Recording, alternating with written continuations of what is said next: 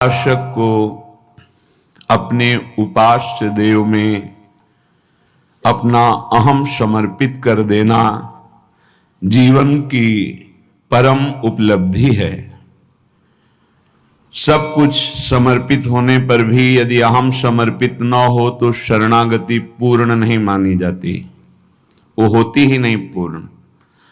और अहम समर्पित हो जाए तो सब अपने आप समर्पित हो जाता है।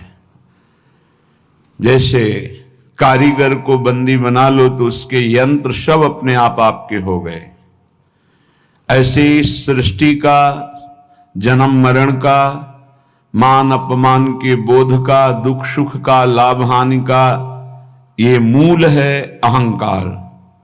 संस्कृति मूल शूल प्रद नाना, सकल शोक दायक अभिमाना। ये संस्कृति का मूल चक्र है अहंकार, और यही सारे दुख प्रदान करता है।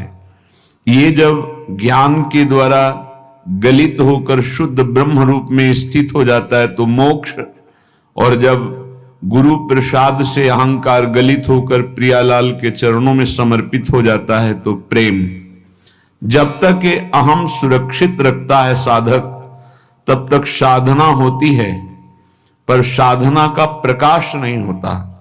प्रकाश संपूर्ण अज्ञान दुख का नाश हो जाना, एक अद्भुत अखंड प्रसन्नता, अद्भुत आनंद की उत्पत्ति हो जाना, ये नहीं हो पाता।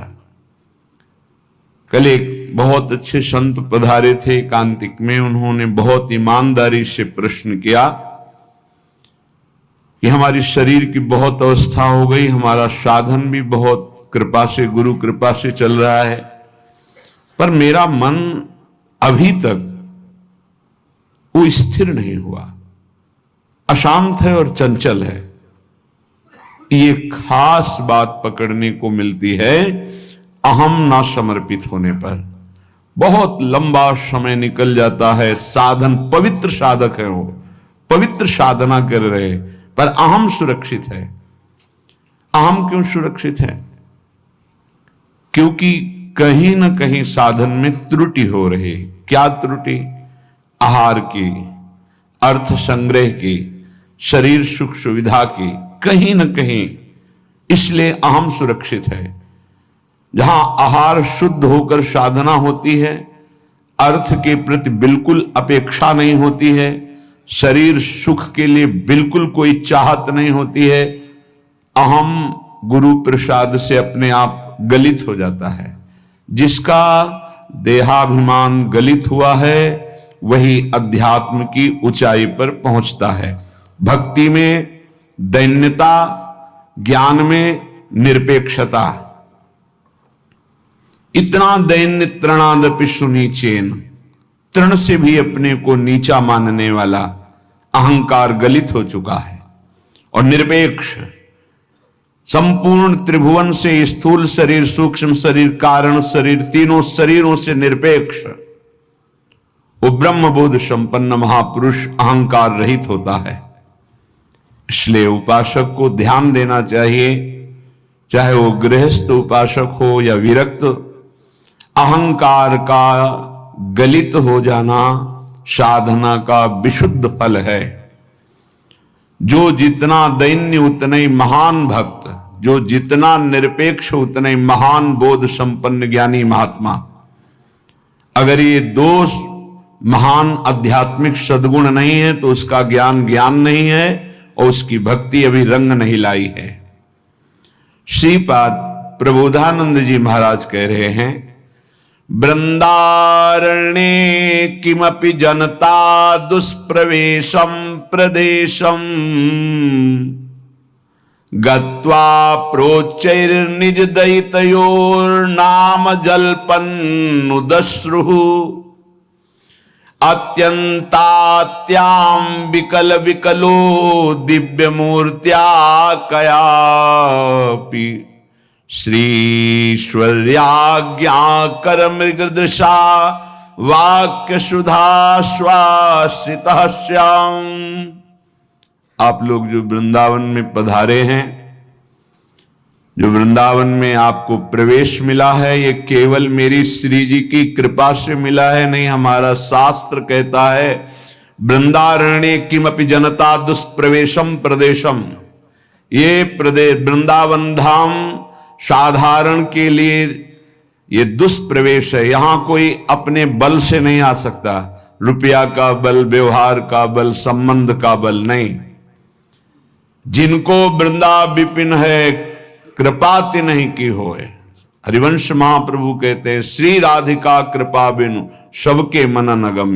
श्रीपाद कह रहे वृंदारण्य किमपि जनता दुष्प्रवेशम प्रदेशम। यहां आप अपने भाग्य से नहीं आए हैं, अपने धन बल से नहीं आए हैं, अपने संकल्प बल से नहीं आए हैं। हमारी प्रियाजू ने आपको बुलाया है, सच्ची मानिए।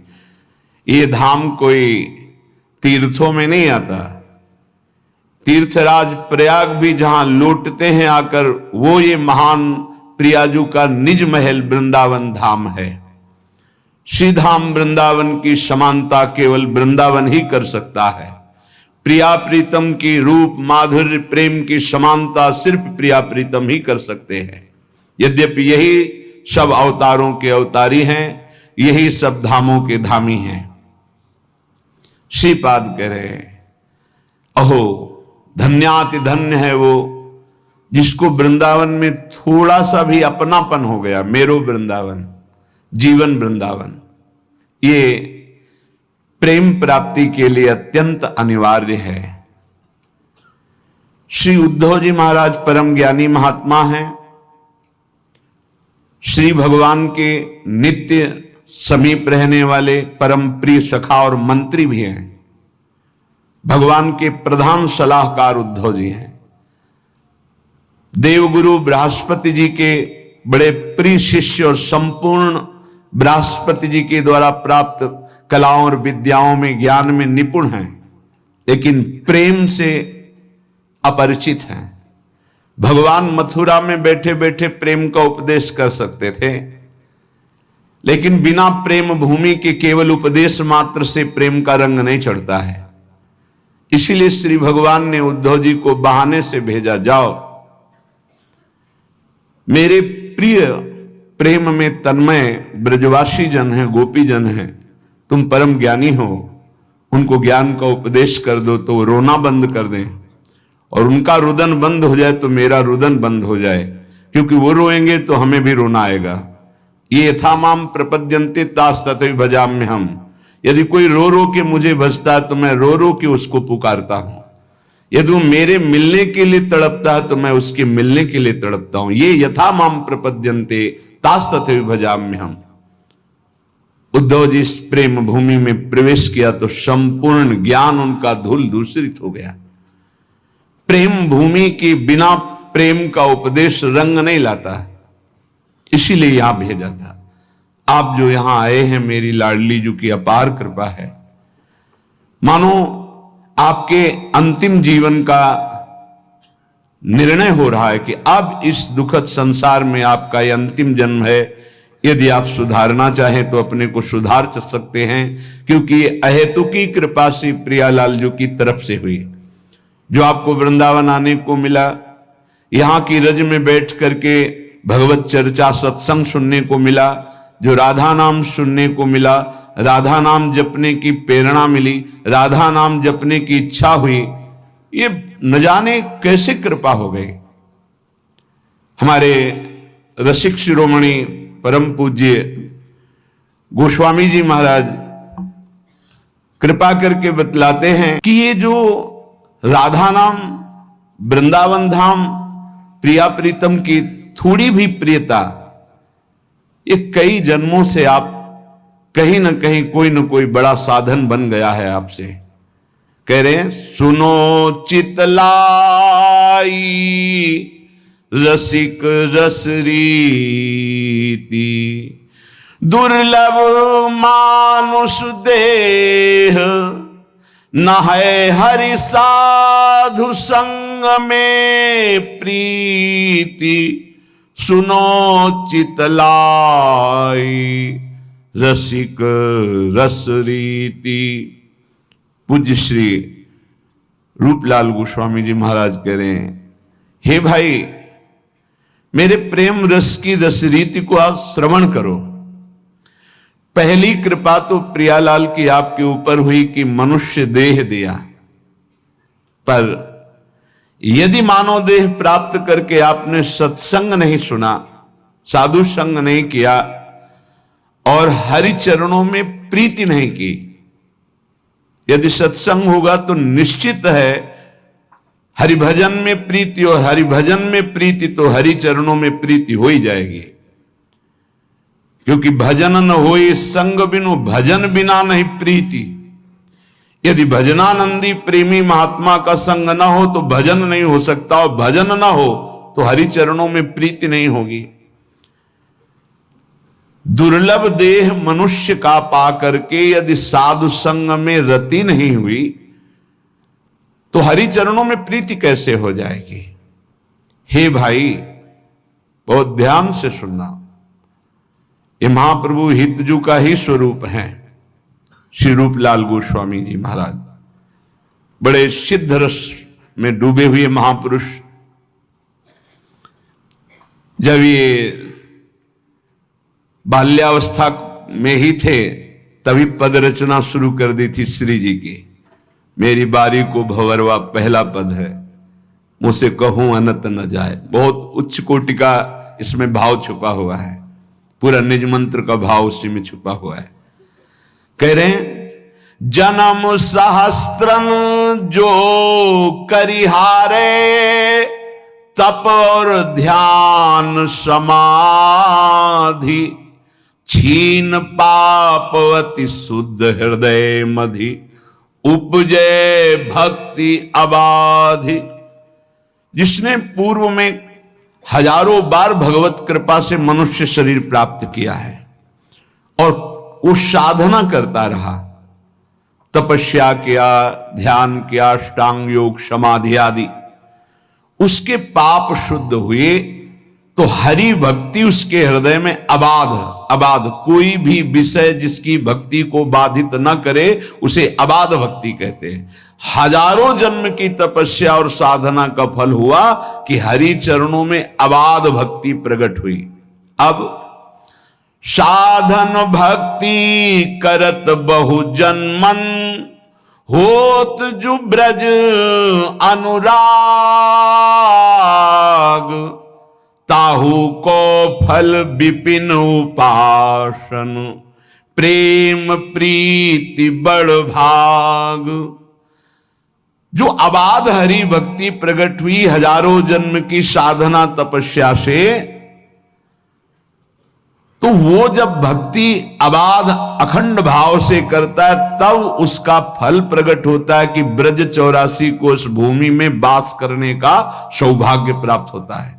ब्रज 84 कोष में जब ब्रज 84 कोष के अंतर्गत कोई बहुत साधन भक्ति करता है, साधन भक्ति करत बहु जन्मन, होत जो ब्रज अनुराग, ताहू को फल विपिन उपासन, प्रेम प्रीति बड़ भाग।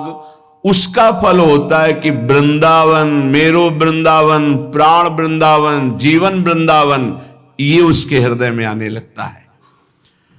अब याहू तय निज तत्व जुगल रस, नित्य निकुंज बिहारा, हित अली रूप अनूप हृदय दृढ़, कुंवरी कृपा को सारा। श्री लाडली जी की अपार कृपा से जुगल तत्व की उपासना और हर समय उसके हृदय में राधा राधा राधा और वृंदावन की रज का सेवन, कितना दुर्लभ ये वृंदावन का भाव प्राप्त हुआ। हजारों जन्म साधना भक्ति की, आपको क्या पता कि आपके कितने जन्म हुए, कौन कौन सा तप बन गया, कौन कौन सा साधन बन गया, ये क्रम है। और एक है सीधे कृपा। कोई प्रियालाल का निज प्रेमी आपकी तरफ करुणामयी दृष्टि से देखा और भाव बना दिया तो इसी जन्म में जो हजारों जन्म की साधनाओं से अबाध भक्ति करने पर ब्रज 84 कोष का वास, ब्रज 84 कोष के वास का फल वृंदावन का प्रेम, वृंदावन का आश्रय, इसका फल श्री प्रिया प्रीतम के चरणारविंद में अली रूप से, सहचरी रूप से सेवा का भाव सीधे प्राप्त हो गया। इसीलिए कहा गया है तात स्वर्ग अपवर्ग सुख धरी तुलाए कंग, तूल न ताहि सकल मिल जो सुख लव सतसंग। जिसकी